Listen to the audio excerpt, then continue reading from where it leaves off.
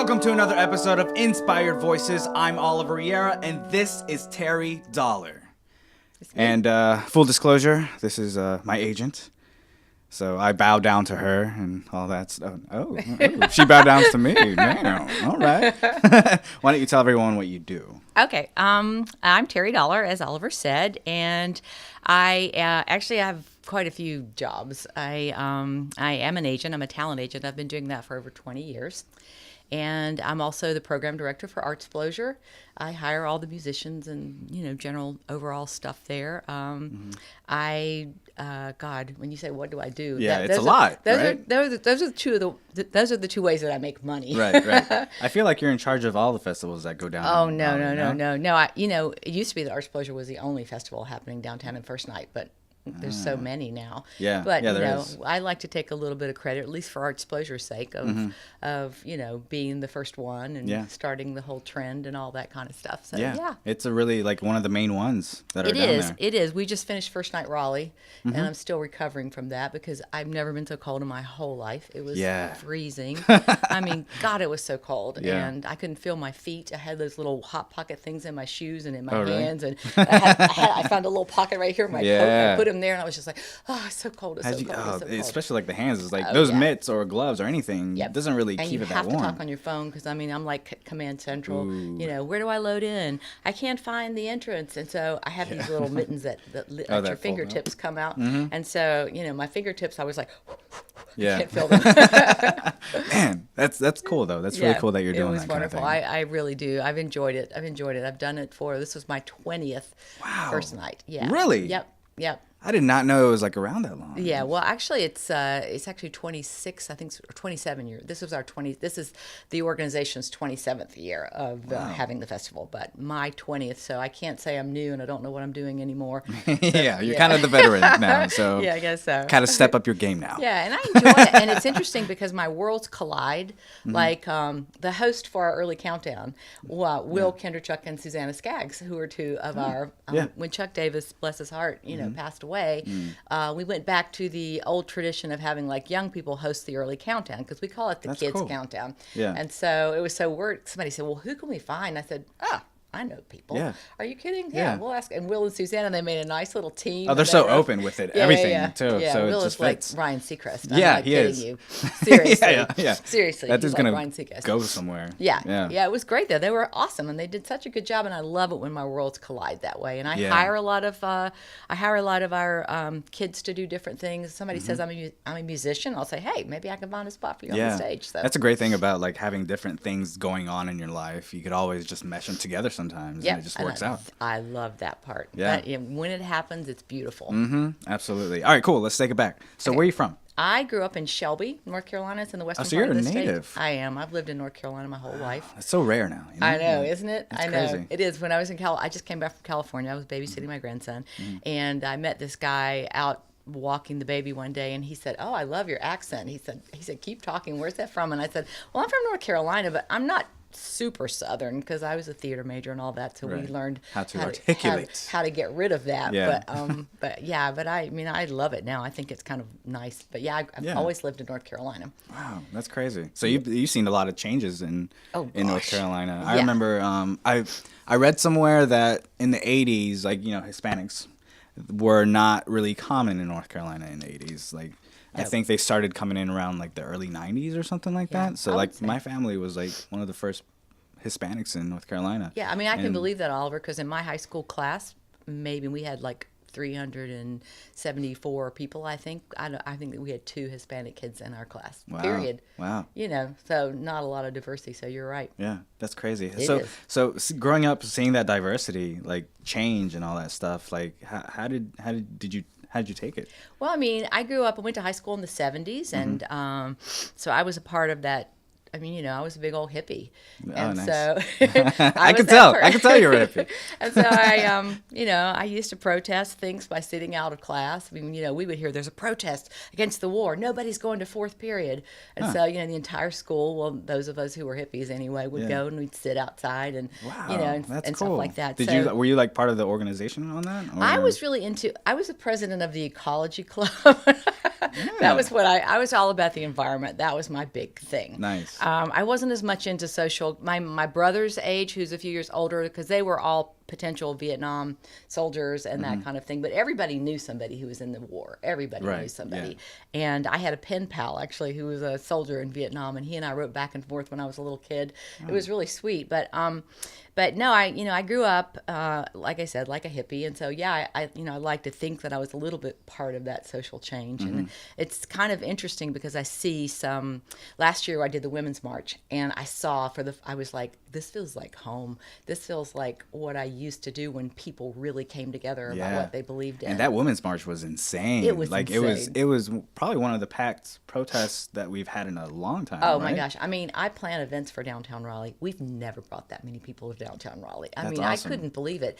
And, and in fact, I just still feel like the media didn't quite cover how many people were there. That's true. Because it was massive. You couldn't move. Yeah. And it felt so great. And it was the kindest group. It was so wonderful. I loved it. I loved it. Loved being part of it. Honestly, I was thinking about this a few days ago. I was like, man, I'm just ready for girls to take over the world. I really am. Like females to take over the world. I think it's time for a change, and I think that's kind of the change that we need. I was just talking about that. I guess I was thinking about like Iceland. Iceland, they're now women are equal. Yes, finally. Yes, hello. Right? So, and it's that's happening. Something it's just taking a while. It's just taking a long time, but I sat beside a young woman on the plane yesterday, and she works with abused kids.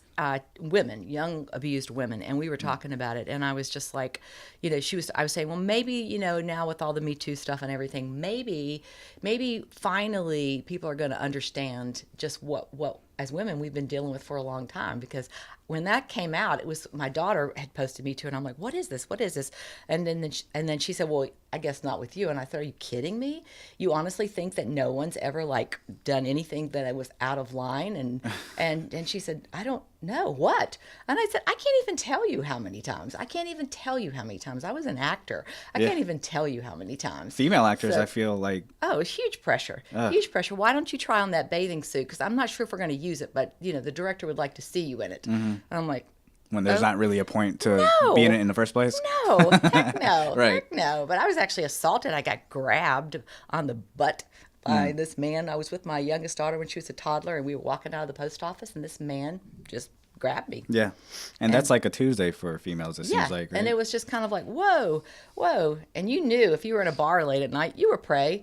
You were definitely prey. You better learn. I mean, I was pretty sassy. I could usually take care of myself, but, it's still, it doesn't matter, though. Even if you can take care of yourself, that's not the issue. The issue is not it shouldn't be happening in the first place. Yeah, that's true. And most of us, and it was so funny. I was telling this woman yesterday, when the assault happened to me, when this man grabbed me when I was with Caroline, the first thing this other man came up to me, he said, hey, did he hurt you? I said, no, I'm fine. It's all good. I'm good. I'm just, we're going home. And he was like, no, you have to call the police. And I was like, no, it's okay. I'm not hurt. Look, we're good. He didn't steal anything. And then I thought, in what universe does someone assault you? And then women are very good at saying, it's okay. It's okay. I'm fine. Nothing, I'm all right. I can keep going. I'm okay. And I didn't even, it shocked me, and it was a little bit terrifying, but I just wanted my kid in the car, and I wanted to get out of there. Yeah. So, but at the same time, I'm thinking, that's what we have to stop doing. That's what we have to stop doing. Yeah. We have to it's almost like that's a short-term decision instead of a long-term decision. It is. And all of us have got to start speaking up, and we can't just say, "Oh, that was okay." It was fine. That's how he is. He's always like that. He's always been a little bit of a perv. That's where it starts, right? Yeah. And then you go, well, maybe with you, maybe he's worse with somebody else. And that's what the officer said. If this man will grab you with a child in broad daylight, no telling what he might do. Absolutely. To someone else. So anyway. That's true. That's very true. Yeah, but I went to college at Appalachian, and I majored in theater and English, and I was extremely ambitious person. Yeah. I wanted to do everything the fastest, the best, the most. It wasn't good enough just to major in theater. I also double majored in English because I really, really, really wanted to make sure that I could get a job when I got out of school. Right. And then I did. I got a teaching job at Broughton High School. Like at school you taught at Broughton? I did. Oh, that's where I went to school. Did you? Nice, yeah. Oh, you were younger than when I was teaching. Well, it's been open since like 1942. I was not teaching in 1942. I can assure you of that. Yeah. I can assure you of that. But yeah, I did. That's I did. cool. And that was a big deal for Now school, like you went to college and stuff like that. Was that something that you wanted to do, or is that something that okay? Well, gotcha. Were you gonna kind of like forced into it? Kind of like because back then it was it's traditional to go to college. And yeah, do well, your I think thing. my parents were, they were products of the Depression, and neither one of them went to college. So it was expected of all of us that we would get, we would get an education. And back then, honestly and truthfully, an education used to ensure that you would have a great job in life. Exactly, And yeah. you wouldn't be a poor person. And so that's what they really wanted for us. I mean, my dad was a truck driver, and none of us graduated with college loans. I mean, they paid for our school. There's 3 of us, and they took care of all of that, but they saved their money. They were, they didn't buy anything unless they had the money for it. I mean, I remember saving for a color TV. That was a big deal. We really wanted that color TV. Yeah. But my dad was like, nope, not until we get the money for it. We have enough money, then we'll buy it. And so, yeah, I mean, for me, college was a way out of my hometown. It was a way, because I really thought there were bigger, better, brighter things out there for me. I didn't know what they were, but I was a huge reader when I was a kid. Like, my mother used to punish me because I was in bed at night reading, like, under the covers with a flashlight. She would say, I am going to ground you if you do not turn that light off right now. She would come and tap my tent that I made with I was reading, because I was a huge reader, and I used to read stories, and I would say, I think my parents wish they had that problem. I think I was the only one in my family who had that problem. But yeah. So even though it was just a couple hours away, still college I loved. I loved college. And what was your goal there? Like, I will tell you, there was this little tiny part of me that wanted to be an actor, and I was super involved in the theater and all that there. But the other part of me just wanted a job so I could be independent and I didn't have to rely on my parents. Yeah, So I think that that's a was big thing for me. Like, I've been working since I was 14 because I Me didn't too. want anything from my parents. Me too. I started. What was your first job? I was a building manager, aka At a 14? janitor. Yeah, yeah. At right next to Broughton, the Wade Edwards Learning Lab. Oh my God! Yes. I was right there. So Yeah. I worked in a donut shop. Oh yeah. Yeah, I opened Nice. the donut shop. I was babysitting for these people, and it was the first donut shop in our little town. Yeah. And, Are you sick of donuts now? no, I actually still really love donuts, Okay, as a good. matter of fact. But I'm very specific. Have to be hot and glazed. But yeah. So I started doing that too. I was the same. My parents. I mean, they weren't very wealthy, but at the same time, I just didn't like asking them. I liked having my own money that I made, and I didn't have to. I didn't have to answer to anyone. That's my thing. Same, It's like- same, Oliver. Are you a Leo? I am. When's your birthday? July 29th. Oh, nice. July 31st. Yep, see, I know. That's That's why. it. That's where we color. That's See, it. I had another person on here that was a Leo, and we both color matched as well. Yeah, there you go. That I was know. awesome. Yeah, I wasn't even sure if I was going to be on camera, but I thought just in case, this color looks good on camera, so I'll wear Right. this. That's awesome, though. So after college, you graduated. Yep. Did you have a job lined up, or were you like Yeah. kind of worried about it? No, I was student teaching in Raleigh, and I heard there were 2 openings for English teachers, not drama teachers, and I was very disappointed in that. Right. So, but I thought, well, a job's a job. So there was Right. one like in Fuquay Arena, and then there was one at Broughton High School, and everybody, I was student teaching at Millbrook, everybody said, yeah, fat chance of getting that job at Broughton. Everybody wants to be there. So I was like, okay. I was very persistent. I mean, back then I was, well, I'm more like that now, but I took a step back. But yeah, I was super persistent. Like I had my interview with the principal. He said, we'll see.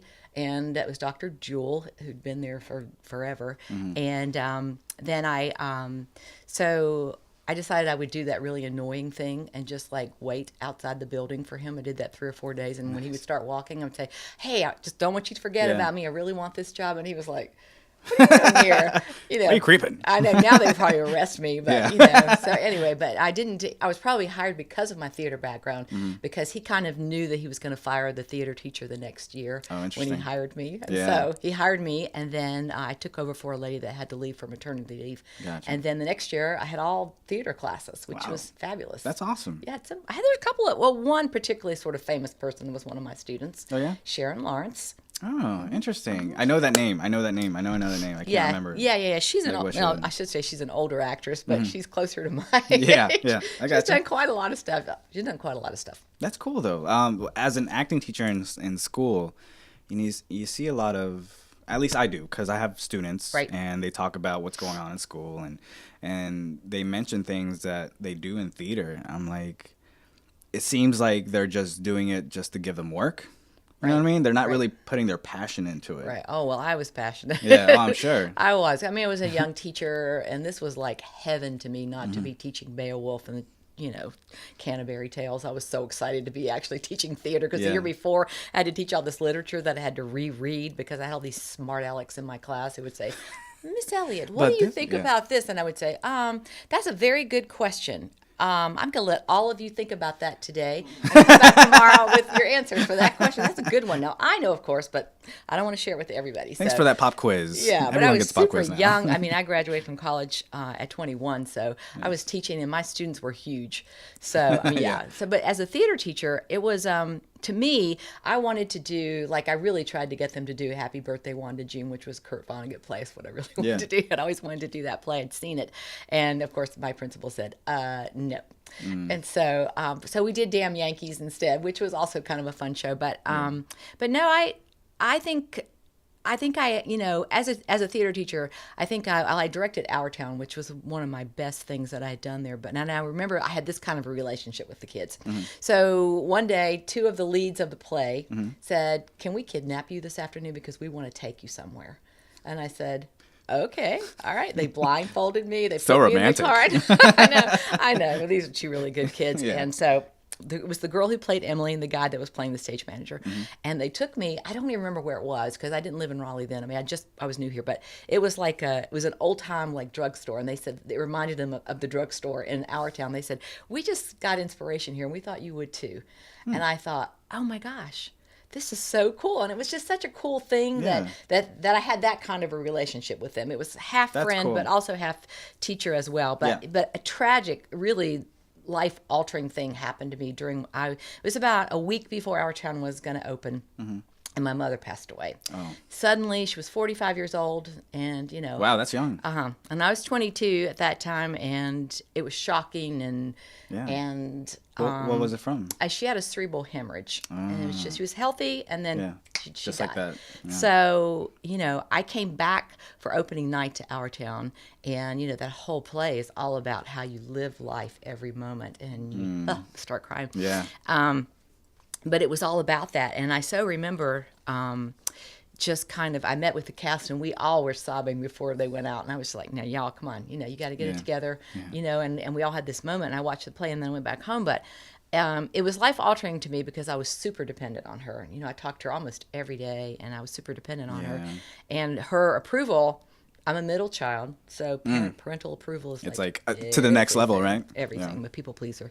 So I didn't have that anymore. And all of a sudden, it was right before Christmas, and I became the mother because I have brothers and it's just my dad. And I remember my dad giving me money before Christmas and saying, "We should probably go and get some food or something." And I thought, "Oh my God, that's you me." had to grow up fast. Yeah, didn't you? I did. Yeah. But more than that, I remember at my mother's funeral, because she was this great woman, really great woman, and everybody was talking about what a great person she was, and these people, everybody had these stories. Beth did this and Beth did that, and did you know one time she came and she did this? And I thought, I haven't done anything nice for anybody in my whole life, really. Just taking care of myself. I'd been I really felt like a really selfish, absorbed person. I was ashamed of myself. I thought, what have you ever done that was good for anybody? Right. When have you ever helped anybody? And I thought, well, I did that with my mother. And, and I thought, well, if you die, people are just going to say, she sure was one selfish bitch, She was just so self-absorbed and everything. So I did. My life changed. It changed at that moment. It was like this massive turnaround. I became a kinder, better person. It did. It changed me. It really did change me. And it also... And that plus you had to grow fast, too. It was just like a double layer kind of thing. And I was in love with my husband, who was my husband still at that time. We talked about getting married, but we had no date. And, in the little back of my mind, I thought, I'm going to work at Broughton for a few years, and I'm going to save my money, and then I'm going to go to New York, and maybe I'll try acting there. I don't know. I still really liked acting, but I found when I was teaching that I enjoyed that as much, if not more. There was a different kind of pressure, but I liked putting things together. I liked making things happen. Yeah. I like doing That's what that I like part too. of it. Yeah. It's fun because, I mean, I guess in myself, I can't depend on myself that much. I would just be like, oh God, Terry, you can't do that. There's that little brain. Right. But then I've always had this brain, this little voice in the back of my head that says, you can make that happen. Yeah, just be resourceful. Think about it. Who do you know who knows how to do this? Or you don't know somebody, but you know somebody who might know somebody. Right, yeah. I always I know what to do. Like, I need to do this, this, and this. Now I need someone to go do that. Yeah, but I know how to find those people. Yeah, I mean, I that's still good. use those skills even in my life today. Oh, yeah. So I found that I actually liked that. So my hunger for the limelight myself was way down there. It wasn't up there anymore. Yeah. So growing up, when you had to grow up fast and then you had that life changing where you wanted to give more, it kind of reminded me of my childhood when my mom and my sister got deported. And then so I had to live with my dad, and then I had to grow up fast right there. Oh, yeah. But because home is where your mother is. Yeah. I mean, that's the truth. And my mom, I was the same. Like, my mom was my life. Yeah. And but then, at the same time, it kind of humbles you as well. Oh, it does. So it does. Having all that responsibility and having appreciation for everything else that's going on, it really does humble you. Yeah, it does. Yeah, I was definitely, it brings you to your knees because you have to be, it was just kind of like, okay, now no more whining and saying, hey, can I have, no, you do it yourself. Yeah, you have to do what you got to do. Yeah, because my dad was living with so much grief. I mean, he was crying himself to sleep at night, and I had to get. Was that for a long time? Yeah, and for a while I was going home every weekend trying to take care of him, trying to fill those shoes of my mom.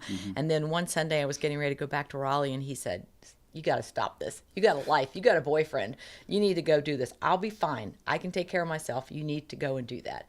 And then it was like, as soon as he did that, I truly just wanted to get married and have a baby. That's really all. I wanted to put the brakes on this life that I'd been running as fast as I could. And I didn't know that having a baby was not putting the brakes on, but it seemed like it would be at the time. So I was like, Was this before your acting career that you decided to do that? No, this was after my mom passed away. Okay. Yeah, when I was still teacher at Broughton. Okay, all right. And so I had this boyfriend that I'd met in Raleigh, Clark, that I'm still married to today. Nice. Yeah, over 30 years, long time. That's very cool. And so I just said, why don't we get married? Yeah. I think I said it first, and he was like, okay, cool, let's do it. Let's get married. so we got married that summer. That's when you know you're on the same page. Oh yeah, I mean, it wasn't like there was people always say, oh, where did he propose? And I'm like, it wasn't like that. It wasn't like that. Yeah. It was just kind of like, yeah, I know you love me. I know you're crazy about me. Come on, let's get married. Yeah. Why don't we just do this? And, it was, we were young and stupid and didn't know what we were doing and getting married, but we just wanted to be together. We knew that. We knew we just wanted to be together. It seemed like you both are self-aware enough to know that. Oh, yeah. Yeah. So he had gotten a job in Wilmington, and I just quit my teaching job. I didn't know what I was going to do. I had no idea what I was going to do, but I knew I wanted to be married. I was thinking I would just, have a baby, like, poof, there it comes, let's just go. Yeah. So I knew I wanted a baby right away, but I didn't know what I was going to do. And so I started really mourning my mom because I had been taking care of my dad, and I'd been really busy teaching and all that. And so that scared you? Oh, yeah, it did. What I used to do, we lived in Wilmington, and every day for an hour, I would go to Wrightsville Beach for an hour. 1 hour I allowed myself, and I would sit on the beach for 1 hour. I had a great suntan. And I would sit on the beach for 1 hour, and sometimes I would just sob.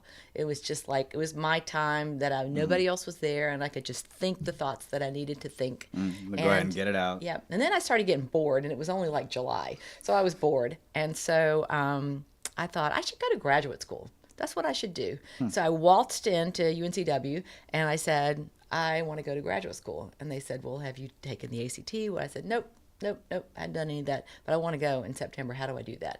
And they said, well, you have to take this test, and today's the last day you can take it. That day? Yeah, that day. What? They said, and it's like 3 hours, and they're doing it in the library, and, give me I forgot whatever it was, money, and you can take it. So wow. I ran back to my husband at work and said, I'm going to take this test and just see if I do okay on it. And in actuality, that was a smart thing to do, because after you're a teacher, you're the smartest you're ever going to be in your whole life, because you have to be, you have to be. You can't let that part of your brain get lazy. So right. I took it. And so at that time, they only had 3 master's degrees. One was in marine biology.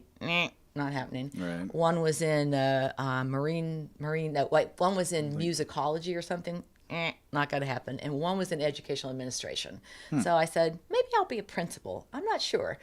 Okay, I'll get my master's in that. So I went to graduate school full-time for a year. Yeah. And then I got pregnant and I had my daughter. So while you were in college? Mm-hmm. And I finished my master's program when she was like 5 months old. So, wow. So yeah. That's very cool, Yeah, Terri. it was. It was cool. Yeah, you're really determined. Oh, I was very determined, Yeah. you know, and people thought I was, because I looked young at the time, and my people used to think I was like, 18 or something, and I was walking around with this baby. Because I mean, I'm sorry, no internet, Oliver. We had to go to computer lab. What's that? Well, computer lab is a gigantic room with one computer in it, and the computer took up the whole room. Yeah, and it was all in DOS. I remember seeing videos of that. With all those little hole punches on the side. Yeah. I had a statistics and probability class, and I'm not very good in math. That's not my thing. Oh, yeah, me neither. And, oh, God, it was so painful. I mean, oh, my God, I thought I was going to die. Yeah. I was really pregnant when I was taking the class, and I broke down sobbing one day in class. Were you always thinking, like, from time to time, like, oh, maybe I should just take a break or Oh, something? yeah, believe me, I did. Yeah, I had one professor, Dr. Hodge, who was from Jamaica, I think, who thought pregnant women were beautiful, though. And he would say, you are like a goddess. You come You're like a goddess. He was like, you come sit in Straight the front fire. of my class. Sit in the front of my class. Sit in the front of my class. So I was like, oh, okay. All right. So he made me feel not like a whale, Yeah. So it was great. And, That's awesome. Yeah. That's cool. So you graduated, you had your baby. I did. Looks like everything's set. Well, yeah. So it seems. So what happened after that? Well, did you take some time to take care of? I did. I didn't work at all. When Aubrey was a baby, I didn't work at all. I stayed home with her. It just, I was not going to, we had enough money. We were by far not rich, but we were surviving. We had plenty of money. My husband managed a restaurant, so there was always going to be food. We knew Right, that's cool. So, and I kept thinking, well, I can go back to work. I can go back to work if I need to, but I was loving it. That was probably one of the happiest times of my life. I was just loving it so much. It was so much fun. And, his job, he was on the fast market then, and his job started transferring him around. So we moved like 3 times in 4 years with various jobs. And once again, I was not working at all. Yeah. And then my second daughter was born. We lived in Greensboro at the time. Caroline, she was born, and we lived in Greensboro. And it was cold. It was winter. I had a 3.5-year-old and an infant, and I thought I was going to die, you know, because I didn't know anybody. And I knew one friend. I had one friend in that town. Yeah. And I had left this kind of fun. We lived in Eden, North Carolina for a while, and I had this really warm, wonderful neighborhood with everybody had young children, and I had great next-door neighbors. And I moved into this house, and I'm alone, and it's cold, and it's winter, and my husband left town for 3 weeks to go open some new stores in Utah or somewhere. So I know. I thought I was going to die. I started drinking wine at that time too, so that helped those long, lonely nights. Yeah, I bet. So, and I didn't drink at all before, so I was like, yeah, that seems like I'm in the grocery store one day, and I'm thinking, that bottle of Lancer's Rosé looks really good. I think I'm going to have that. So yeah, Mama's getting drunk tonight. I know, I'm serious. But it was hard, and Caroline was really sick, and it was hard. Two children are not, 1 + 1 is not 2, 1 + 1 is 10.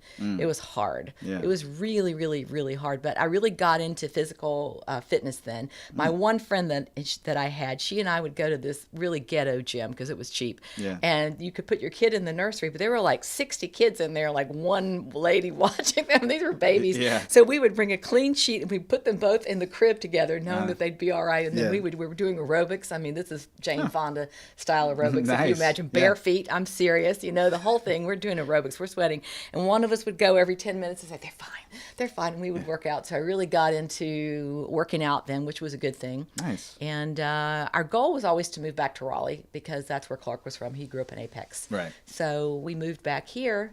And then I was doing a play. I started acting again. This was before my 30th Now, birthday. why'd you start acting again? Was it one of those things where you... It's, I had 2 back? children, and I'm thinking, what? Is this what you are? Are you going to be someone who's going to be mopping up, spit up? And is that, you've always been ambitious. What happened to that girl? Where is she? And I put Do you know what triggered that? Well, there were lots of things. Yeah. You know, if I'm being completely honest, I would say, you know, I had a little bit of depression in there somewhere because all of a sudden, for the first time in my life, I was not being like the first, the best, the not the best, but, you know, super accomplishing and that kind of thing. Yeah. But I really was. I mean, my children were awesome kids. They really were. I put all of that into them, you know. Right. You're going to take piano lessons and you're going to play soccer and you're going to do this and you're going to do that. So I think there was just this epiphany when I moved back to Raleigh. I was familiar with the theater scene here, and I heard about this play that I had always wanted to do. It was a Southern play, and I've always loved Southern plays and Southern writers. Yeah. It was called Dark of the Moon. And I felt like such an old woman, but I wasn't even 30. I was like going to turn 30 that summer. Right. And they were doing Dark of the Moon, and I thought, you should just go and audition. My husband supported it. He said, sure, go do it. You should do something for you.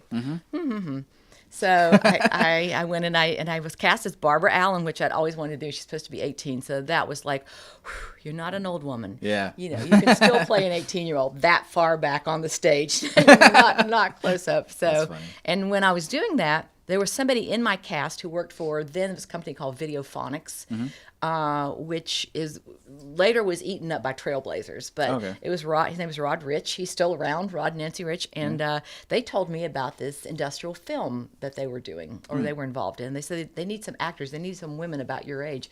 And they said, you should come and audition for it. And I said, ooh, what's an industrial film? I thought we'd be working in like a, you know, some kind of warehouse or something. Not. But so I went and I got cast and I thought, ooh, dang, that was easy money. Right. That was great, you know. And so then I started acting again. Okay. And You got that if you bug. call it, if you call it acting, the play was really hard because being gone every night when you have two little children, and all of a sudden your husband has to be the one who puts them down and deals with arsenic hour and all that He has a lot stuff. of questions. Yeah, and stuff yeah, like oh that. God. But what happens if this happens? But the film acting stuff or the video acting stuff was easy.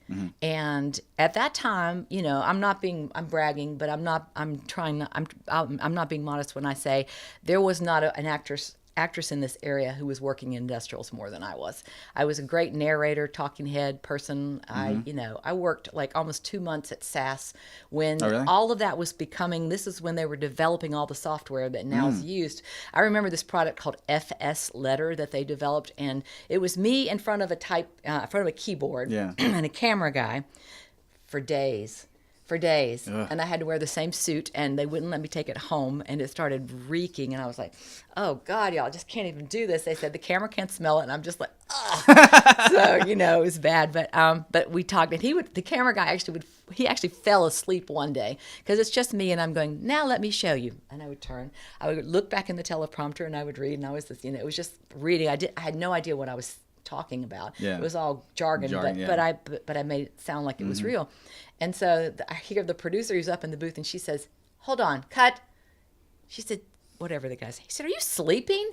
He was also a camera guy at WRAL at night. I think his name was Rodney, if I'm being honest. Rodney. I think it was Rodney Dixon. I might be wrong, but I know Rodney. Yeah, do you know Rodney? Yeah, because I work at SAS. Okay, well Yeah, then as a contractor. But yeah, I know Rodney. Ask Rodney about me. Okay. I don't know. He'll tell you. He'll say, oh, Terry. They got sick of looking at me.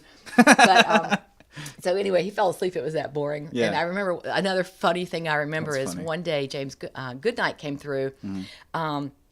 They had this huge, beautiful set. I don't remember what it was about. I never remember that stuff. But I'm in a suit, and I'm talking, and this was hard because it was green screen. And if you've ever done green screen in a teleprompter, it's really hard because don't walk over there because you just walked into, you know. Yeah. So I had to walk, I had to talk, you know, which was always hard. So they said, guys, just so you know, there's some Japanese folks that are going to come in and watch the taping for the next 10 or 15 minutes. And so I was like, okay, just tell them to shut up and not ruin the take because I don't want to do this again. So they came and they did, and then they did a break, and they said they would like to talk to you, Terry. And I was like, sure. They came up, and one of them said, you somebody? And I said, yeah, I'm somebody. And he said, and he looked at his friends and he said, she's somebody. And I said, yeah,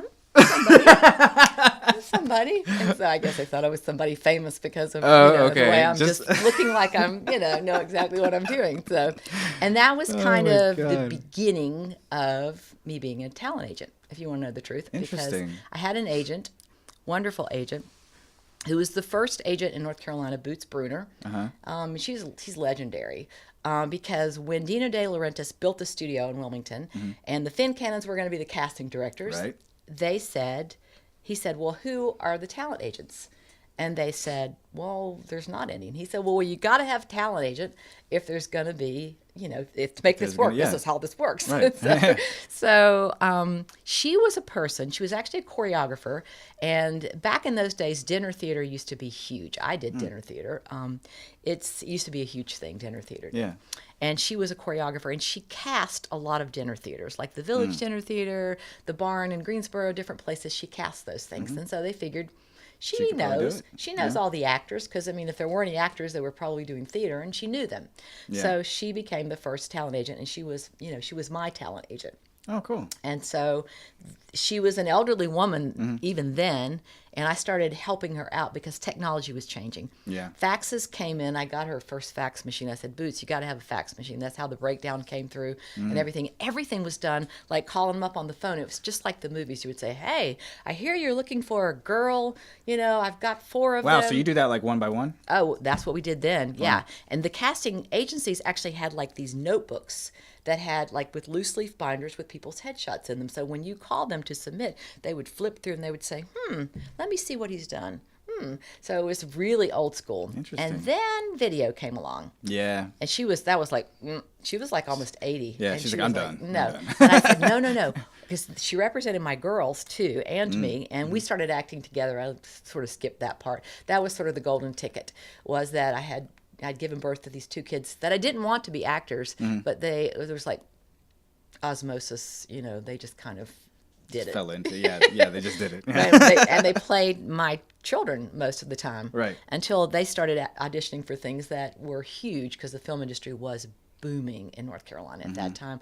And I was lucky to even get to audition to play a one-line nurse in the thing they were going to work for a month in, Yeah. So, because they worked a lot. But the video part was going to be crucial to that. But we're talking VHS camera, great big honking thing on your shoulder. And so when you finish, you've got this VHS tape.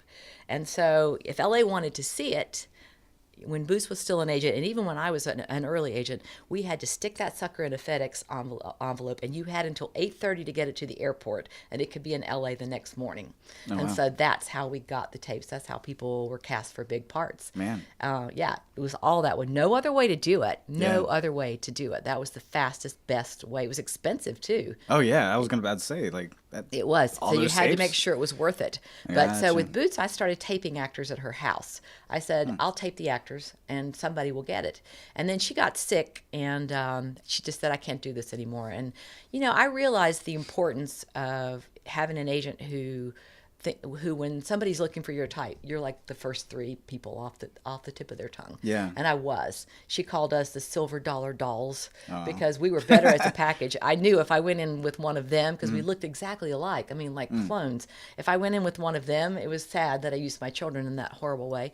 But I knew I had a 100% chance better of getting cast. Yeah. As we both did. Yeah, because you got to play the game, package. right? Yeah. And they didn't have to deal with another stage mom and, all that stuff. So when Boots went in to have surgery, then I said, I'll take over your agency for you until you get better.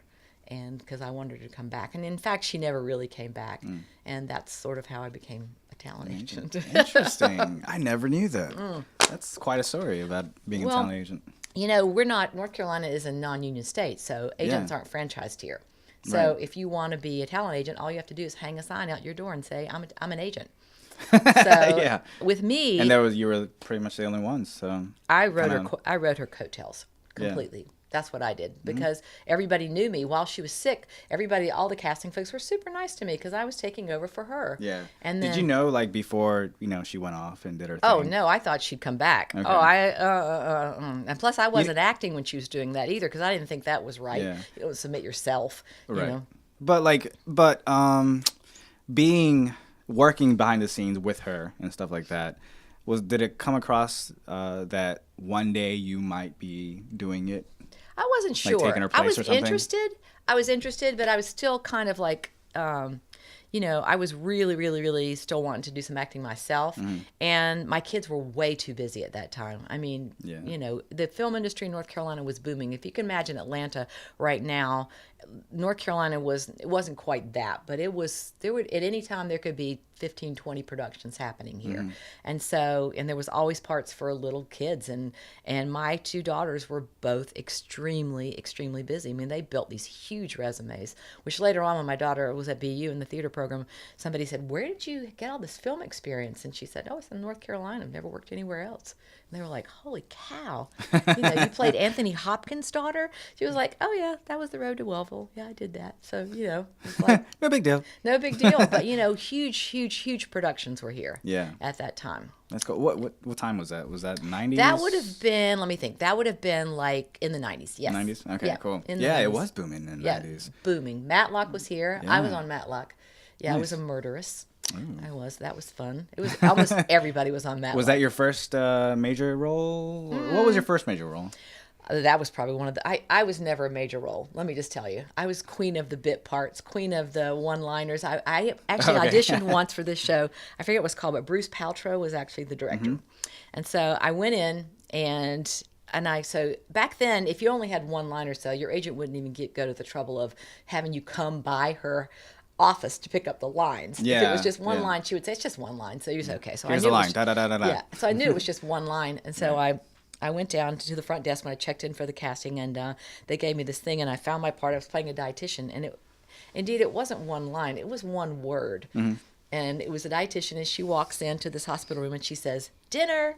Oh, right. And so I thought, great. I drove 2.5 hours to say dinner. So I walk in, and Bruce Paltrow's there, and he said, "Hello." And he said, "What are you auditioning for?" And they said, "She's doing the dietitian." He said, "All right, go ahead." And so I said, "Do you really want me to say, how many different ways do you want me to say dinner?" I mean, it's one word. So he looked over at Lisa Mae Fincan. He said, "Is that all we have for her?" She said, "That's all they wrote." And he said, "Give her something else to read. I can't cast her off one word." Yeah. And so they gave me this nurse, which indeed had many lines. She actually was in a lot. This was a movie with Valerie Bertinelli, now that I'm remembering, because I remember who I did the scene with. But anyway, so then there was this great part, and I thought, "Wow, the hell, you'll never get that part." But that was so nice, and he was so kind, and I remember thinking, what a kind thing to do, not to just say, "Why don't you just say it?" And good, go, thank you. Yeah. But he was so kind, and then I got that part, and so that's what I. You got the dinner line part? No, I got the nurse part, that's and awesome. I thought, I bet they already had someone else penciled in for that, and I just did a good job. So, but the most money I ever made acting was a Lazy Boy furniture commercial. We did mostly commercials. That's something that the girls and I were really good at that. Yeah. But and it was one of the same kind of thing, and I always tell people when my actors are doing national commercials, I always just say, hang out. Don't leave until they tell you have to go. And try to be that person that's the nicest, the best, the first. Bring a lot of clothes because they might change. I always bring my whole closet. Yeah, because they may look at the scene, because it's like the art director looked at the scene. This is what happened. I was already changed, ready to go. And the art director looked at the next scene, and it was all blondes and gray-haired people, and I had auburn hair. And he said, no, we need some color. Where's that girl with the red hair? Bring her back in here. And they said, well, she's wrapped. He said, is she gone? And then all of a sudden there was just like this panic to get me, and I was like, oh, no, I can come back. And they said, well, you can't wear that same suit. What do you got? And I was like, and they said, oh, yeah, go wear that. So that was the scene, and that commercial aired for over 10 years. Wow. And that's a long time. It was a dealer spot, and they used it. I mean, oh my God, Oliver, it was amazing because it was like every day I'd go to my mailbox and there were just checks in there. And I was just like, wow. And it was stupid. All I did was just go, like, sit down. Yeah. And it was stupid. But that was the one scene that they picked up on. And, I made more money. That one commercial was like, I didn't have to work really for about 10 years. It was good. Wow. It was that's really cool. Good. It was really good. That's cool. Now talk about, like, because the acting industry, the movie industry, TV, film, all that stuff, being a female back in those days, it was definitely a lot harder. I don't know if it's a lot harder than it is now, but did you ever have any issues? The thing is that did anybody ever say sleep with me and I'll give you this part? No. Okay, good. No. There were times when people didn't bother to know your name. You were just known as the girl. And I'm sure that I never saw that happen with the guy. I remember once at another furniture commercial, because there used to be a lot of stuff like that shot in High Point. Yeah. And this guy, this really nice guy that I had worked with at SAS and different places, was the lighting guy on this thing. And so he said, "Hang on just a second." He said, "There's a beautiful little highlight here I can do for Terri's hair." And the director says, "We're not selling the girl, we're selling the chair." So, and I remember thinking, okay, I'm a throw pillow. I get it. Okay, that's all right. That's all right. Yeah. That's okay. But I do remember one time this one thing. There was a scene. It was when laptops were coming out, and they were showing how you could use a laptop anywhere. Like I had my pajamas, and they thought about having me. In one thing, it said it may be possible that you are in a swimming pool using a laptop. And so I got there, and the director asked me if I would just try on. The only thing he asked me to try on was the swimsuit. He said, "I'm not sure we're going to use it, but But let me just see you. Let me just see." And I remember just kind of standing there like, okay, here it is. You don't look too comfortable. Let's just let's go ahead and use that. So yeah, but we didn't. Then they decided that it was dangerous to use a laptop near the swimming pool. They didn't really want to encourage that because water would ruin it. Exactly. So, but I did. But there weren't a lot of. Were you trying to? Did you always? You always kept an eye on that as an agent, though. Oh my gosh. Yeah. To make sure your oh my gosh. actors are safe. Well, particularly because for a long period of time we only represented people like 21 and younger, and so super. Most of the stuff with nudity and stuff like that, I just throw it out unless it's something huge like the Titanic. Right. I would say maybe you might take your top off for this, but yeah. but they're going to pay a lot of money for that. Yeah. But super protective because I'd been through that as a mother myself. My Caroline. When one of the biggest parts that she ever did was a movie called A Mother's Right, and it was Elizabeth Morgan's story, and she was supposedly playing a supposed sexually abused kid. And so a lot of people just didn't want their child to do that part because they'd have to open. I was like, come on. Yeah. We were always super honest with our girls, like, once again, the big hippie that we both were. Yeah. But, and but the truth has to be told. It has to be told. And you tell a child no more than they need to know. And so she said, why is she afraid of her daddy? Why doesn't her mommy want her to go with her daddy? She asked me. She was like 6. And I said, because they said her daddy did mean things to her. And she said, oh, what kind of mean things? And I said, I don't really know exactly, but I said mean things. And so she said, oh, okay. And I didn't lie. God didn't know exactly. And and that was enough for her. That was enough for her to know. And that's something that I bring to the table as an agent, because I remember people, I had an interview and they asked me, they said, how could you let your child do this? And I said, she did have to portray like an outbreak, like this huge thing where she like loses. It's a great scene. It's awesome. She got a Youth and Film Award for it. It was awesome. But from my perspective, when I was coaching her for the scene, she said, so what do I do? I said, throw a fit, honey. You know how to throw a fit. Go wild. Go crazy. You know how when I didn't want to put your shoes on this morning and you were rolling around on the floor screaming? I said, similar. Do that. And that's all I said. Just throw a huge fit. And that's what she did. And it worked out. And it wored. And, she could cry on demand. Show me a 6-year-old who doesn't know how to cry on demand. They know how to cry.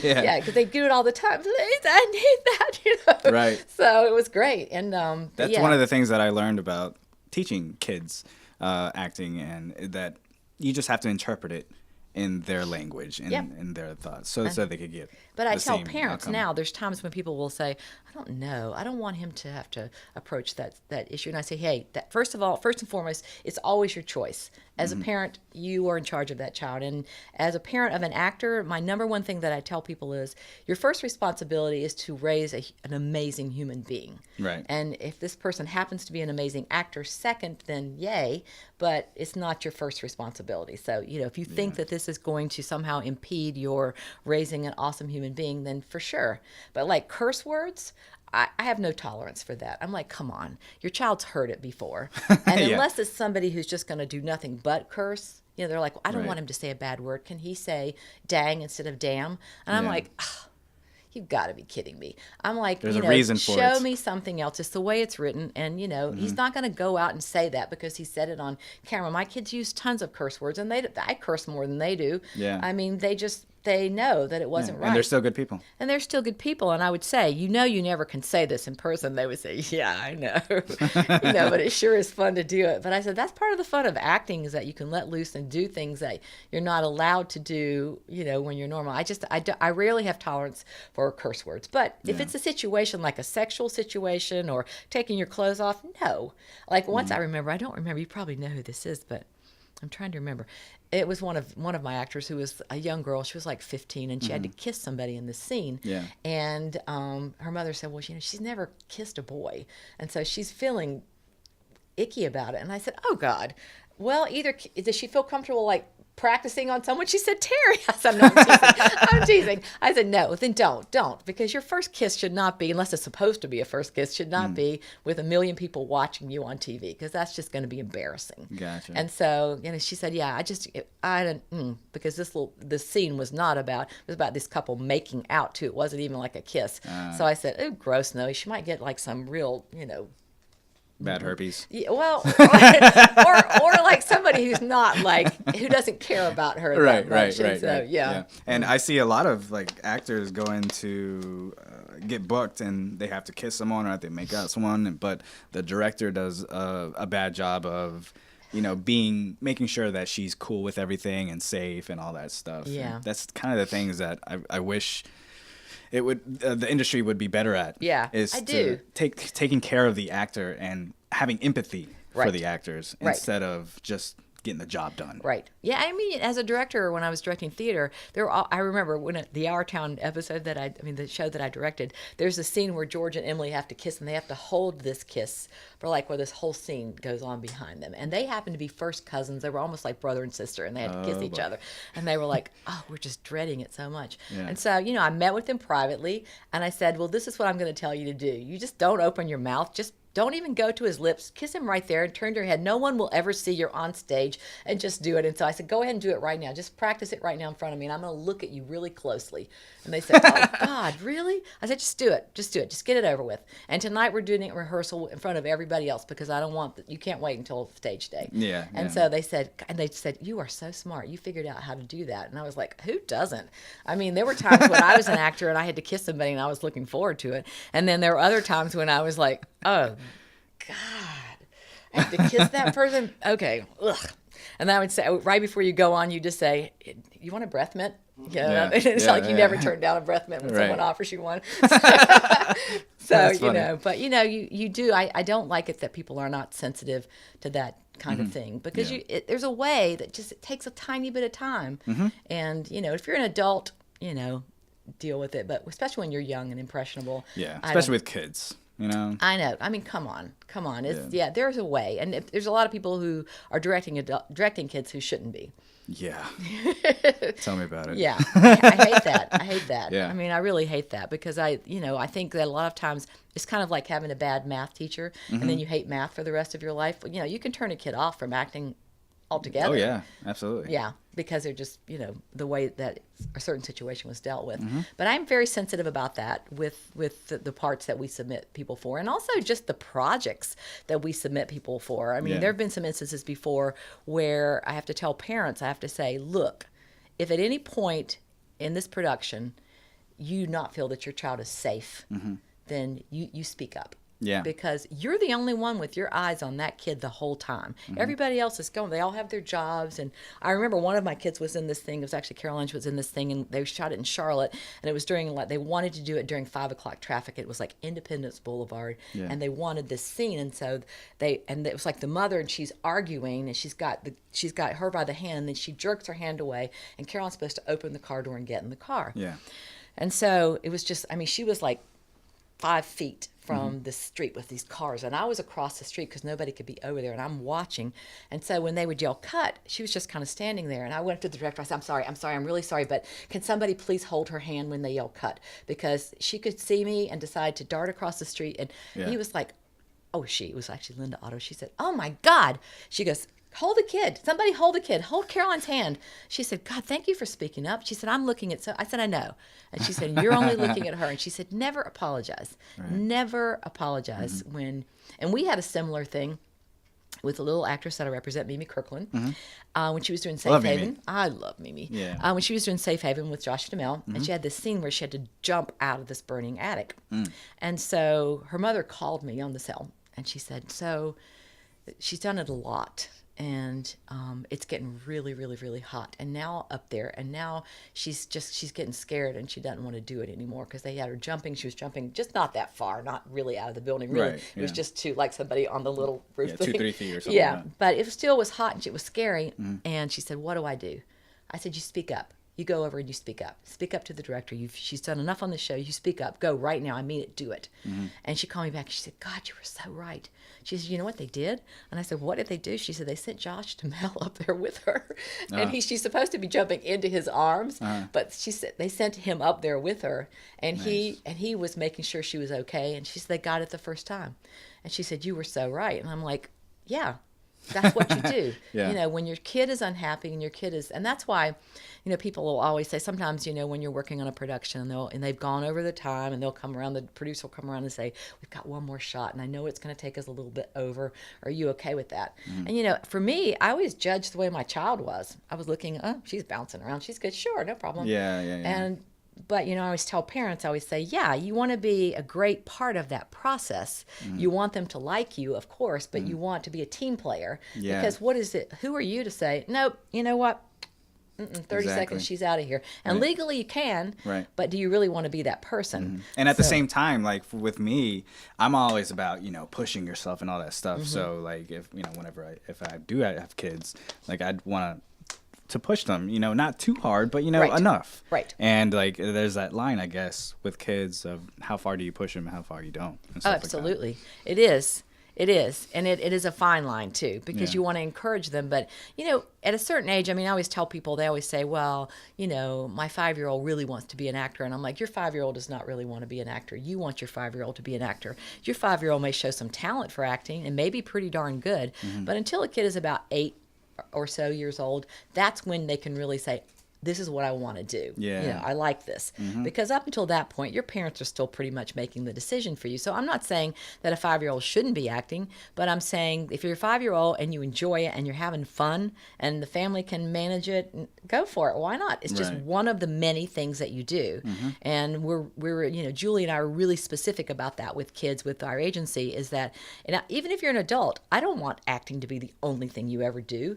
If you did, what kind of a boring person would you be? You know, if you only did that. I mean, you know, if you had no other interest, you know, all you're interested in, I mean, you would just be, I would be like, well, he's very one-dimensional. Right. So, and you know, the kids that they like the most in the movie industry are those that have been, you know, that do everything, that play all sports, that do everything. Got to have those skills and talents. And you need to, it makes you well-rounded.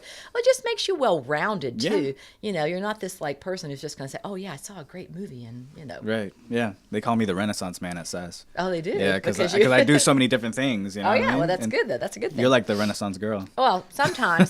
Sometimes I am. Sometimes I am. Yeah. Sometimes I feel pretty one-dimensional sometimes too. But, right. Yeah. Well, sometimes you got to take those times just to be one-dimensional from time to time. Yeah. But cool. So talk to me about Oprah. Well, what's up with that? Like, well, you know, she used to have this book club, and if you read a book, then actually the truth of the whole story about the book club is there was this book. It was written by, I'm obsessed with North Carolina authors. I read just when I have time. I read just everything I can find. Yeah. I don't know why I'm just obsessed with, especially stuff about the mountains because my grandparents were from there. I went to college, stuff like that. So this guy named Robert Morgan had written this book called Gap Creek, and so it was Oprah's book of the month.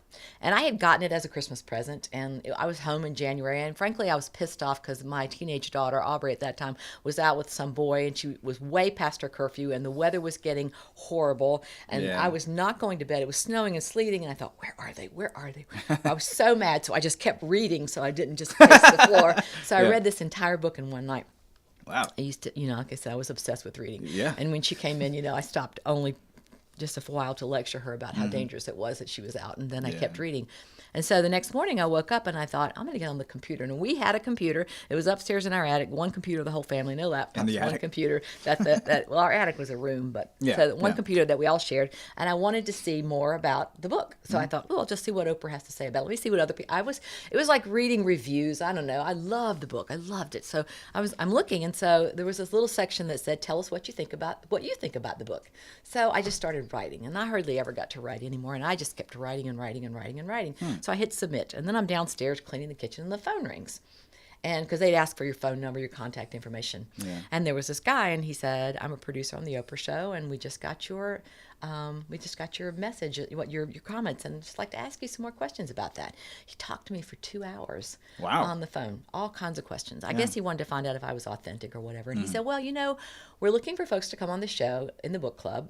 And he said, it's really early in the game. So, we see hundreds and hundreds and hundreds of people. And I said, I know. Well, thank you so much. It was fun. Thank you so much. And hung up the phone. That was the end of it. Yeah. So I was actually in Orlando, Florida, chaperoning Caroline's cheer group. The Broughton High School girls were down there doing a cheer competition. My husband calls me and he says, you got a call from the Oprah show. They want you to call them back.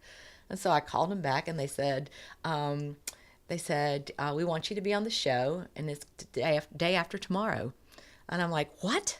I was like, day after tomorrow? And I'm thinking, I need to get my hair done. I have nothing to wear. Yeah. I need to. I couldn't tell anybody except my immediate family. Right. And because they don't want anybody to steal the hype. And so I got to go on her show and be on Oprah's book club. It was fun. It was really fun. Were you nervous? I was more nervous about meeting Oprah than I was about being on the show. Because having been an actor, sitting in front of a camera was not kind of a big deal. But it was interesting because I knew right away they brought me on. When I read the bios of everybody who was there, who in the book club, there were like 6 of us. I said, I'm the Southern contingent. Okay, got it. Yeah. And the Southern lady contingent, and then there was one man, and the rest of us were women, and they brought us into this big room, and they told us we couldn't talk because they wanted all the conversation to be fresh, right? And so that was hard for me because I love to talk. So, so they said you can't talk. That's the only thing. You just can't talk. And so we were doing sign language, like, you want some of this? So they had some food, and they had coffee. You mean like literally no talking? No, they didn't want you to talk. Like at all? Not even like, hey, how's your day? Nothing. Wow. I mean, not after a while. We talked in the car, like, who are you? Nice to meet you and all that. Gotcha. We got in there and they just said, we just really like it. We find that the conversations are fresher and people are if you just don't talk. So we said, okay, okay, it's good. So we were good. So we were there, and we only had about an hour. Rory Kennedy came in the meantime, and it was in the green room. We were waiting, like, Robert Kennedy's daughter. Big deal. But so then this guy came. We had these glasses, and this guy came around. He started pouring people wine. And I'm like, what is it? It's like 9:30 in the morning they shoot that show. And I thought, okay, well, that'll loosen me up. I'm a little bit nervous. So I started drinking. I drank like was everyone drinking? Oh, yeah. Everybody was like, oh, God, yes. Like a half, like you can't talk. You're just worried. So like a half a glass of wine. And then I just thought, I saw somebody, the guy was going like to the person, like, hit me again. And I was like, then I thought, oh, no. I am not going to be that like drunken Southern person. Yeah, My family's going to be watching this, and they're going to say, Terri looks like she's been drinking. So I just pushed the wine back, and I thought, nope. Not going to do that. Yeah. And then I saw because the guy had too much to drink. He really did. They didn't even use much of what he said.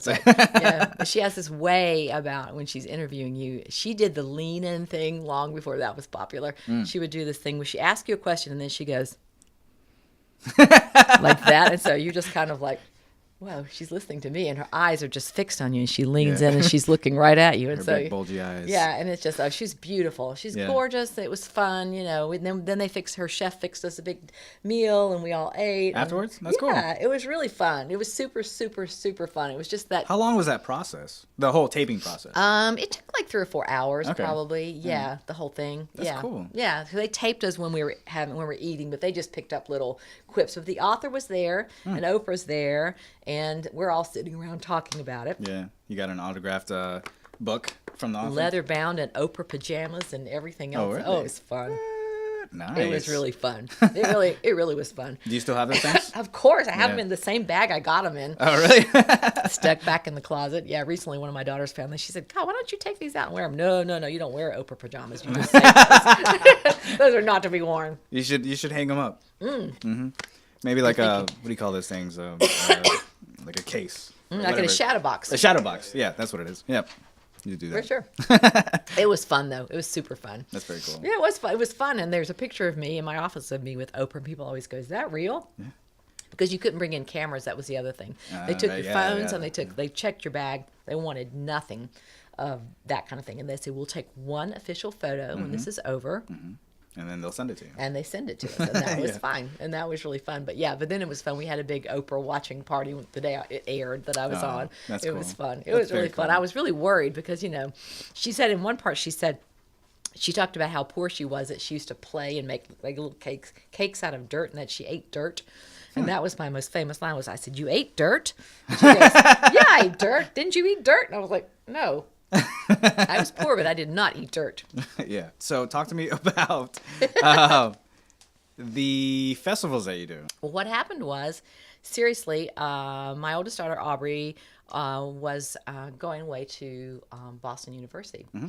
And it was super expensive. Yeah. Yeah. And so I thought, Terri Dollar, it's time for you to get a real job. Like, you need to do this. You have education. You have the will. I know you can do this. And I didn't even know that jobs existed, like festival producing. And the agency was happening then. It was teeny tiny, though. Mm-hmm. I only had kids. Was Julie a part of it at the time? Or Julie? No. Okay. No, I was it. Yeah, Boots said was out of it, and I was it. It was super small. The agency was super small. We only had like maybe 25 kids, and the boom in North Carolina had died down, so we weren't that busy at all. Gotcha. So I heard about Artsplosure was looking for somebody to program their festivals. Mm-hmm. And so a friend of mine told me about it. I went in and I interviewed, and they hired me. And so I was like, okay. And I remember showing up that first day, and I had no idea what I was doing, really. I knew I had to find acts for this festival that I'd never been to. Yeah. And I was just like, okay. Kind of just winging it. Yeah, I did. I always talk about fake it till you make it. So you just smile and act like you know what you're doing and seem busy. And I did. And actually, I really enjoyed it. And it was a nice kind of a compliment to, at that, it was very part-time. Mm-hmm. And it was just a contract type job. And it was a nice compliment to the agency because there were contacts that I had through, and also through my acting. I mean, I remember hiring Transactors Improv because I used to be, a lot of those guys that were in that improv group were actors with me in videos and stuff. And so I was like, maybe a theater group here. What about those guys? Let me call Greg and see if he wants to do this. So it was really weird. There was so much crossover. Yeah. That's cool. Because it was a small world. And, right.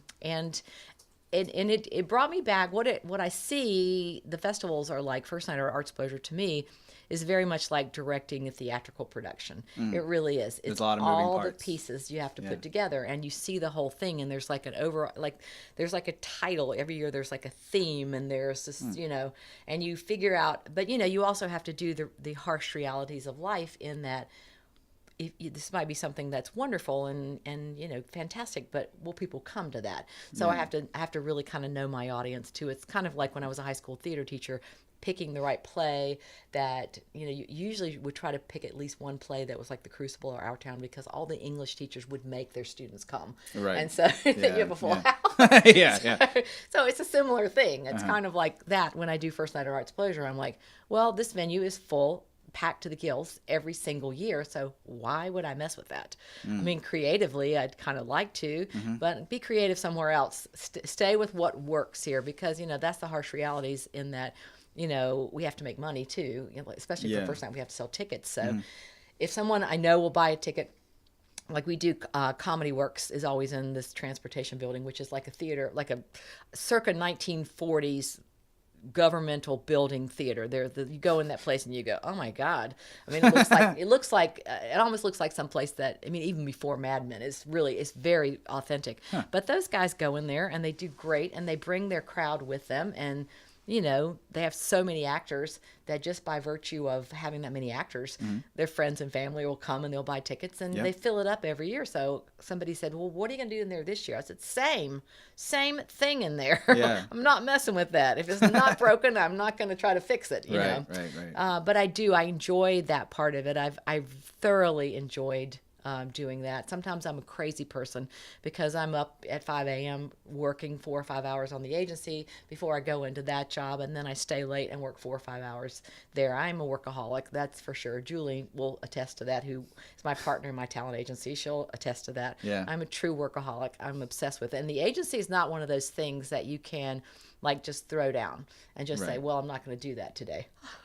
There's people's lives and livelihoods, and got a lot of responsibility. It's a ton of responsibility, and I take it seriously. So we're both kind of workaholics, and the technology now has made it so you can be on all the time. Yeah. I mean, I would lie if I told you that I never check my cell phone at night to see if anything important's come in, especially if I know there's something huge that's coming up for somebody, and I know they really need to know. Or if an actor is on a huge job or something like that. I mean, I glance at it. I'm like, I can't sleep. Just got to see. Yeah. You know, it irritates my husband to no end. He's like, I'm sure. Oh my God, that's not good for you. Haven't you heard that those rays that the phone emits keep you up? You're not. You're gonna get cancer if you keep looking at your phone. I know. So I try not to be. And I was just in California for a week babysitting my grandbaby, my new little Arlo, and Julie was pretty much on, although it worked out great for me to be on the West Coast because when she's about to die, I mean, I'm serious saying that because California, they think nothing of calling us at 9 o'clock their time. Yeah. You know, and well, I wouldn't say 9 o'clock. No one's called me that late from California, but I have definitely been called at 10. And it's just like, I'm going to bed here. I know would you like me to return the call at 6 a.m. my time tomorrow? You know, when I get up. Because you need to, but it was really kind of fun. There were a couple of times Julie said, I'm done. I got to go. Because it was like, you know, it would be, 7 o'clock her time. And I was like, hey, no problem. I got this the rest of the day. Baby's napping, West Coast, Terri is on. And it worked out kind of well because we really could cover things like 24 hours that way. And nobody was up super late. Right. So, that's true. It worked. That's very cool. How many actors do you have now?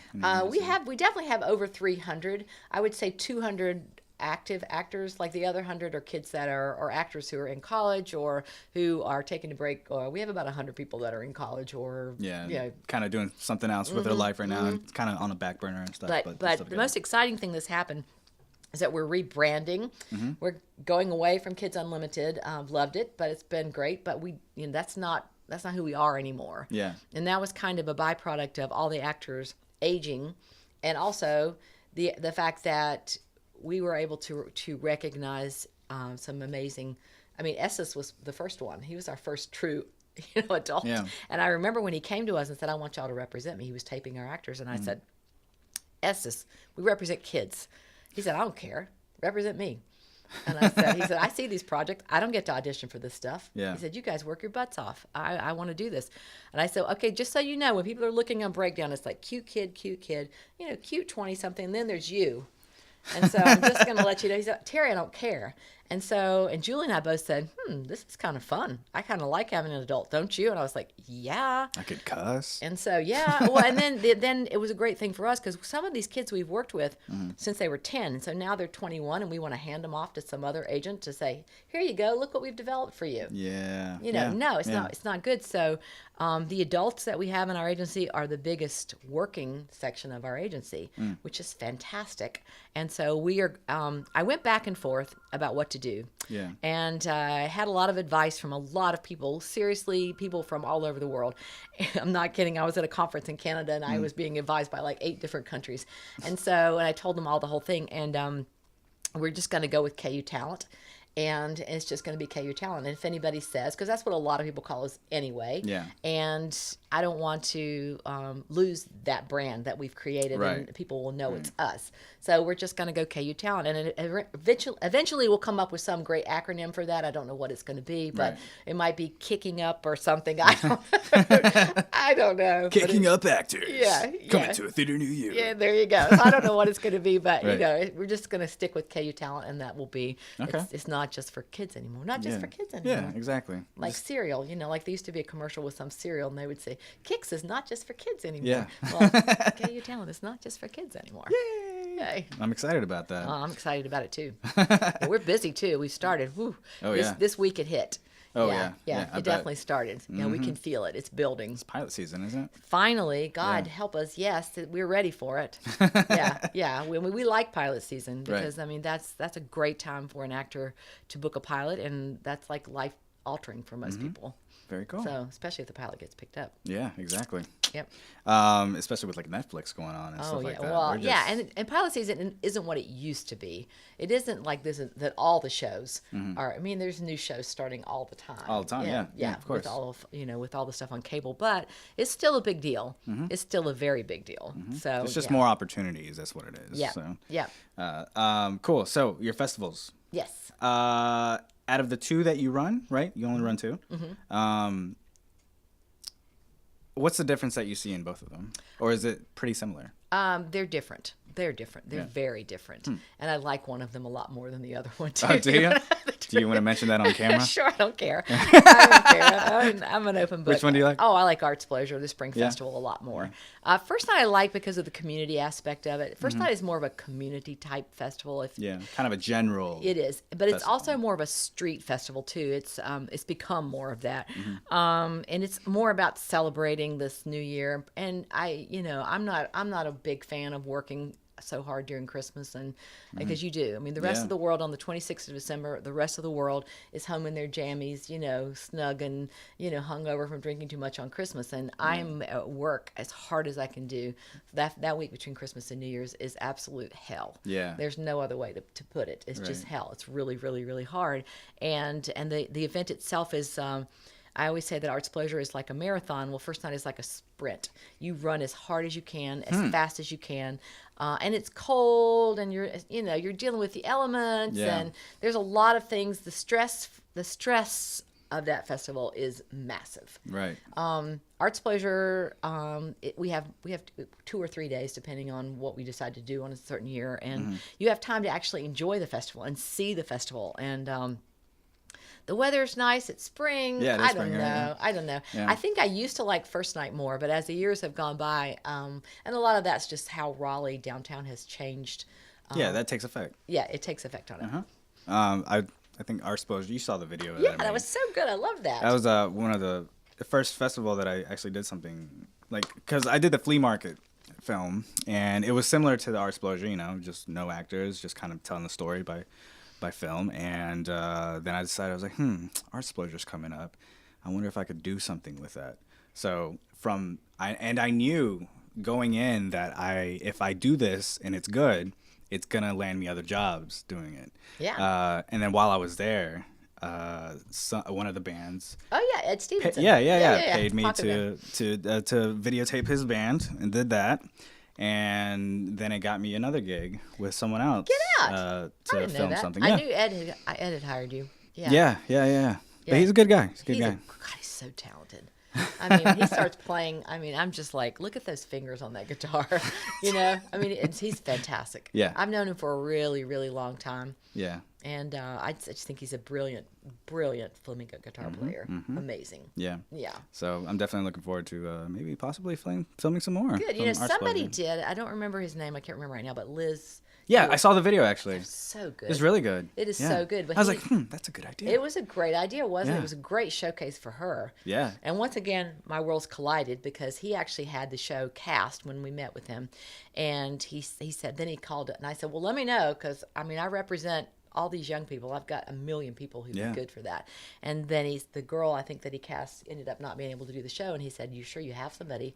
And I said, let me send you like 5 people and, some tape on all 5 of these people. And he really loved Liz, and she did a great job. She did. Yeah, it was great. That was just a sweet little film, and it really kind of showed the festival. It was sweet. It was super sweet how I liked it because, for me, it's great to see what other people see, and through the camera. And the same thing with the film that you did. Through your camera, I was able to see kind of what other people see. Yeah, like their point of view and stuff like that. And I thought it was great. So what about the festivals do you love? Well, I love one of the things I love seeing the expressions on the audience's face when I have done something to surprise them, like the Luminarium. That was just like I love just like people go, wow, that's so cool. What is is that what you pay attention to when you go to when you run those festivals? You kind of look at people's reactions and all that stuff? I'm looking at people's reactions. Yeah. When there's a band on the stage, I rarely even look at the band. I'm looking at the people. I want to see, they like that. I mean, last year we had this band, Tank and the Bangas, that won the NPR Tiny Desk concert, and we had one of the hugest crowds we've ever had for an Artsplosure band before. And man, that audience was on fire, and I was just like, I mean, it's the biggest rush in the world. Yeah, it's a huge rush because you're thinking, I did this. I booked them. I saw them. Well, actually, somebody in the Artsplosure office suggested them, but still, I booked them, and so you kind of make it happen. But it's just fun to. It's like a gift. To me, it's like a gift that I give to Raleigh. When a festival comes, it's kind of like, here you go. Yeah. Look, we've all, not just me, and I mean, I'm sounding like I do the whole thing. There's a whole office. There's a team for it. Yeah, there's a team, but our team has produced and worked a long time to put this beautiful festival, from all the artists that are selling, to the food that's out there, to the bands that are on the stage, to the stuff that the kids are making, to the giant art installations, whatever they may be. We worked hard, and we thought a lot about it, and we want people to come and be delighted, and we want them to feel like this is a great reason to live here, because you have this kind of thing going on. And it's part of what makes great. I mean, I believe in my soul that art is one of the things that makes a city great, and if you don't have a strong conscience for that, like if there's somebody doesn't have that in the background of saying, where's the arts? We've got to have those things. And so fulfilling that mission is really, I mean, it feels like, somebody always said, well, do you do any kind of community service? And I go, yeah, I do. I mean, it's my job, but I mean, I feel that like I give back it's a service. A lot. Yeah, I do. It's a community, and you serve. I do. Yeah. I do. I feel like I give a lot. So, yeah. You do. And I do. I mean, and subsequently, there's another little tiny part of my life that I didn't mention, is that I do still teach one class, and it's once a week, and they're called STAR, and that's like an acting class? Yes. Oh. It stands for Special Theater Arts Raleigh, and it's a group of special needs, although I say they're special gifts, young adults drama class, and it's been going on for a long time. I've been teaching it for about 8 years. Really? And we do full-fledged plays. We're doing Willy Wonka and the Chocolate Factory this year. We're working with special needs people? Yes. That's cool. And they're all young adults. I used to call them kids, but they're not kids anymore. They're adults. And it's a volunteer job. I don't get paid, but it's probably everything that I do all week long. Those 2 hours that I'm with those guys, it's my most rewarding time. That's very cool. Do you find is it more difficult to teach them instead of someone? This is pretty much the same. No. It's weird because you wouldn't think so, right. But it's like teaching any group of actors. It's like some of them do certain things better than others. And just somebody like asked me else. once, and I said, no, I used to see them as, well, he can't do this and he can't do that and she can't do this, but I said, now I go, oh, she's really good with humor, or he's really good with dance, and so when I'm casting the show, I bring all of that into it. And I co-teach it with Tatiana Guy and Kirsty Ty-Spady, and so the three of us teach it together. Once again, I used to teach it by myself, and I just, we were talking before about being resourceful. I'm like, no, you need help.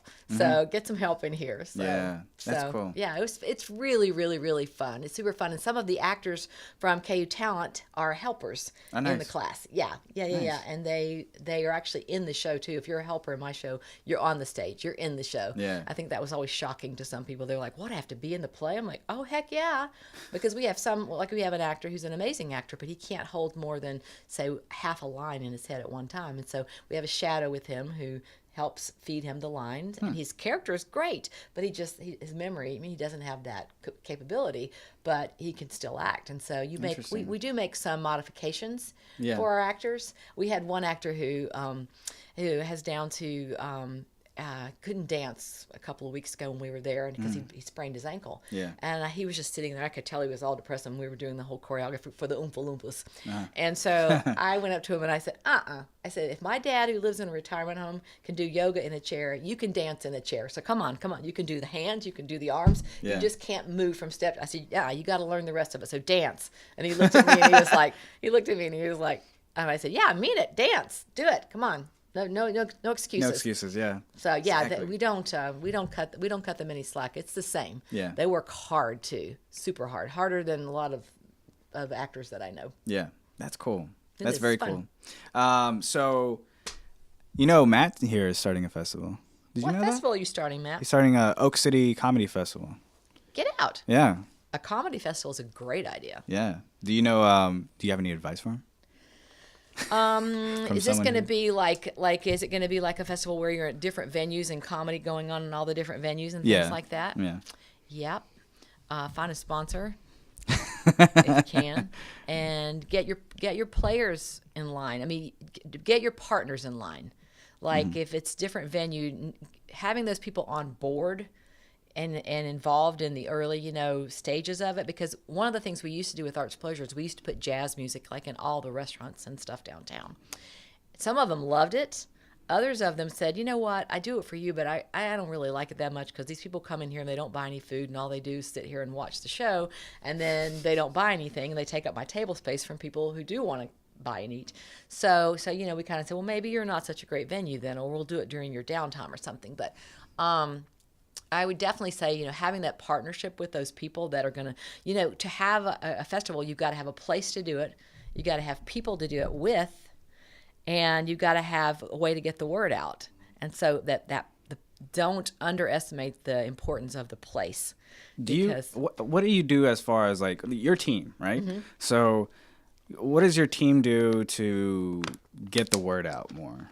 We have a marketing manager, and it's mostly social media now. Okay. Yeah. I mean, Gotcha. Seriously, it used to be, if the News and Observer didn't do a half-page ad about you, then nobody would come. Yeah. Now, it's really more about social media. It really is. Because, for example, if I hire a band to come, and this year our marketing person, she's an awesome human being, Cameron Laws. This year, she had like this whole page. These are guidelines for bands to help you promote. Like these are the URL tags. This is what we need you to hashtag. This is what we need you to do so that it can go viral. Because I mean, if you're a fan of a band, and then it's amazing how it can like mushroom. Yeah. And then people are tagging each other, and then all of a sudden you've got the people there that you want to have there. Do you do Snapchat filters? We do. Awesome. We do. Cool. We do that. I mean, we've got, oh my gosh. It's so underpriced. It is. It is. I mean, this is free. You don't have to pay for most of the stuff that you have to pay for. And Artsplosure has never believed in buying media. Like we don't buy media. If you can't get it for free, then we don't pay people for media. We never did. I mean, the News and Observer was actually a cash sponsor up until this last year because they gave us money. But I mean, that was kind of grandfathered in. I don't think they give anybody money anymore for stuff like that. I mean, but it's we still count the printed stuff as important. But like say for example, one of the local magazines like the Indie or something like that. It's nice to get a good review or nice to get publicity from them.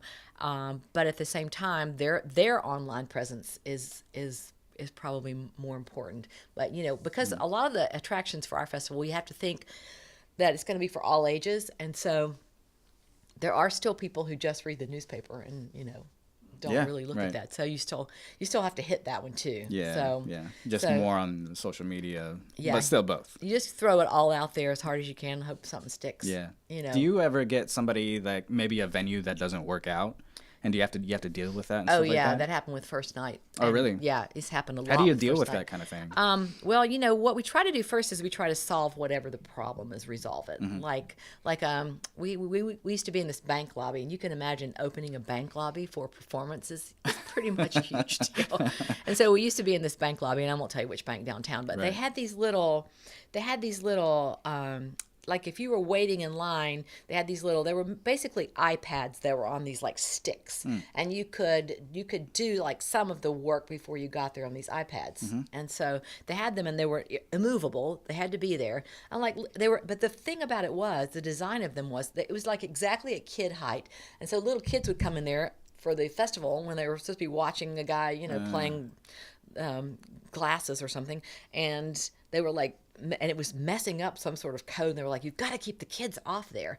So we just designed these gigantic artistic looking lollipop things that went around them that we could tie at the festival. And I'm like, well, you have them out there and they're like at kid height. How can you expect them not to play with them?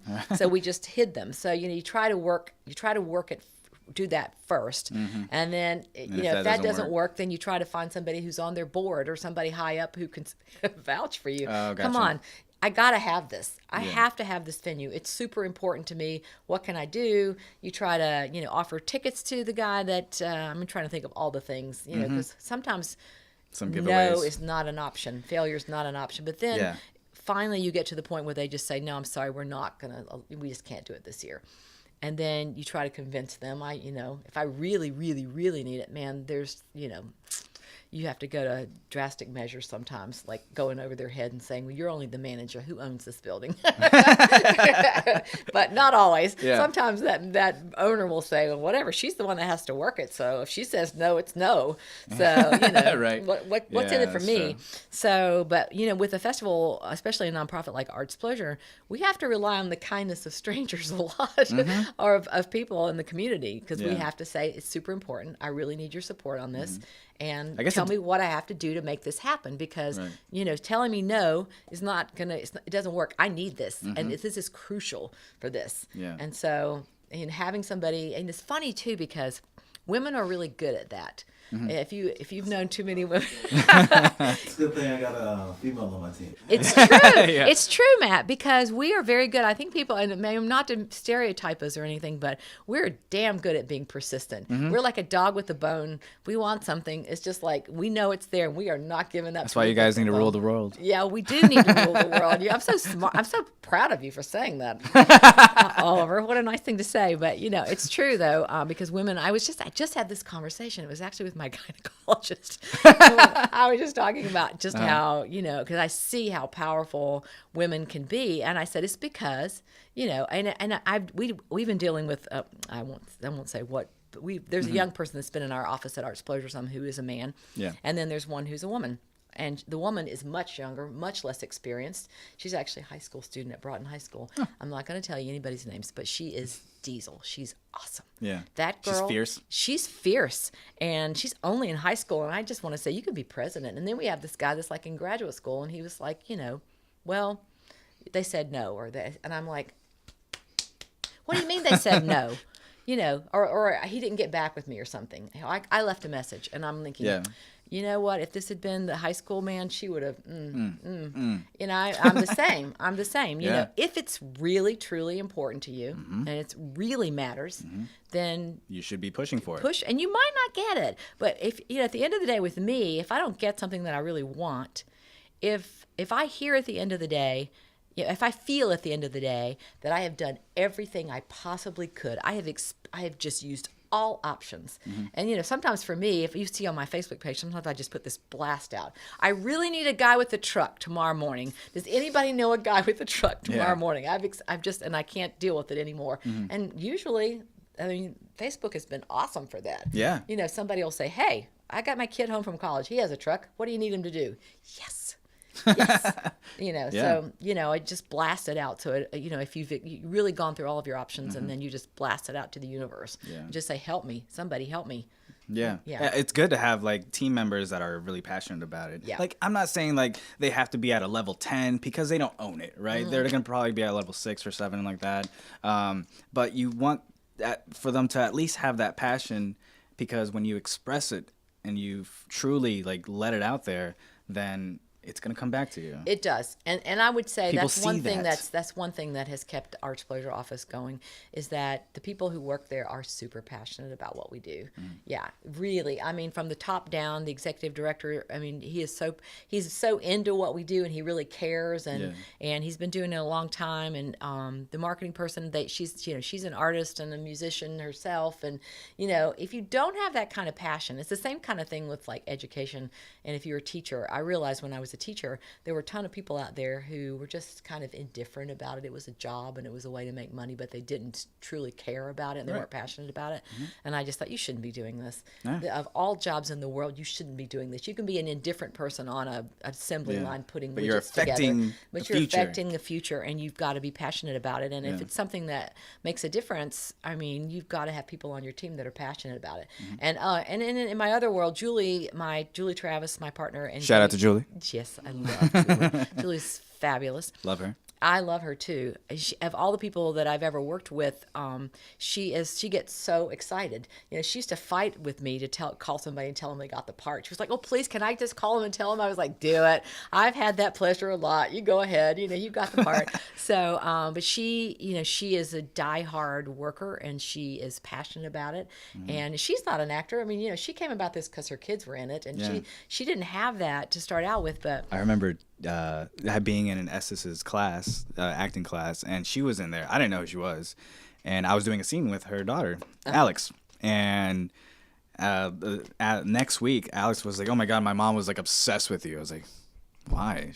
Why is your mom like? What does she do?" Like, and then it turns out she was the agent. And I was like, "Oh, interesting. I didn't know." Your mother wants me? Okay, great. Yeah.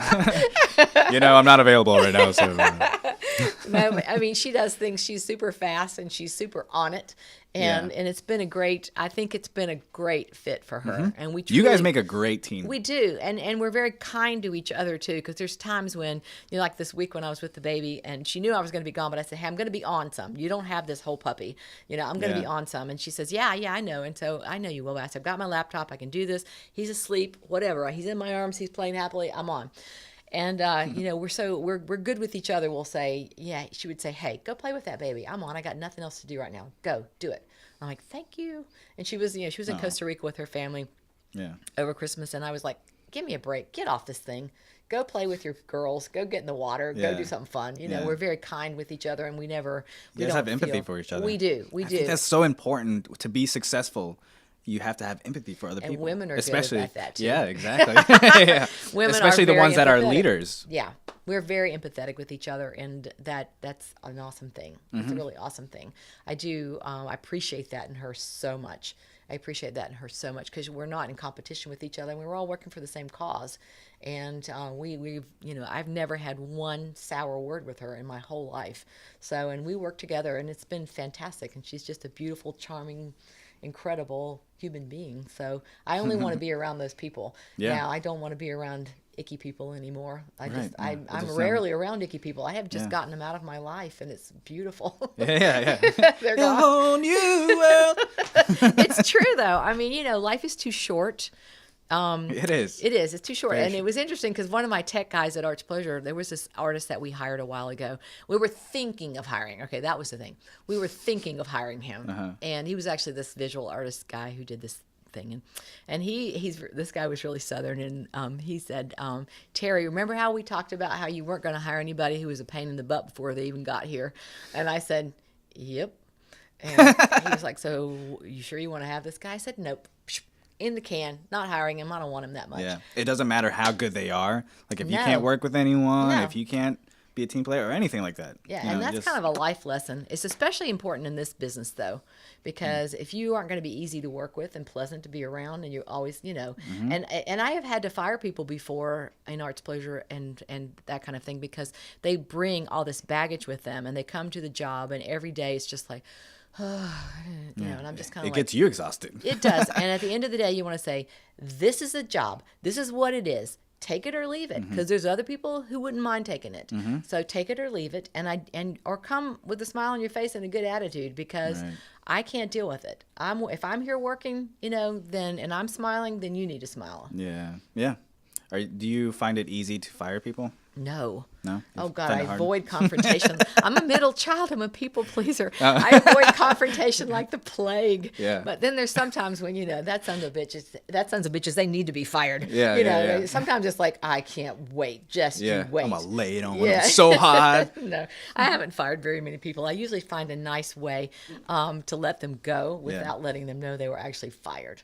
You know, gotcha. So, you know, like I'm not going to go into details on that one, but that would probably mean I'd be good. But I mean, I avoid confrontation like the plague. And the same thing people would say, do you ever drop actors from the agency? No, we don't drop you, but we just won't ever send you out.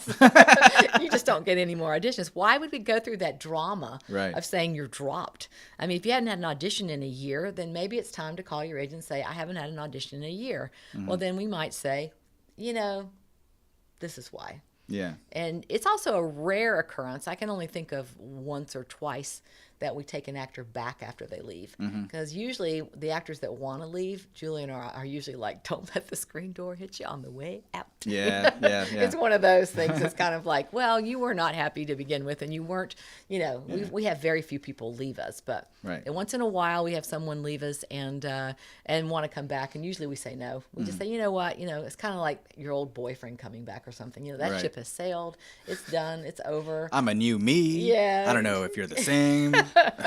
But we have a couple of times when people have like moved away or, you know, whatever. Or college or something. Yeah, once in a while we do that, but we have to kind of feel like we have invested a lot in this human being to begin with, and maybe there's still something there that we can still do for them. Exactly. Yeah.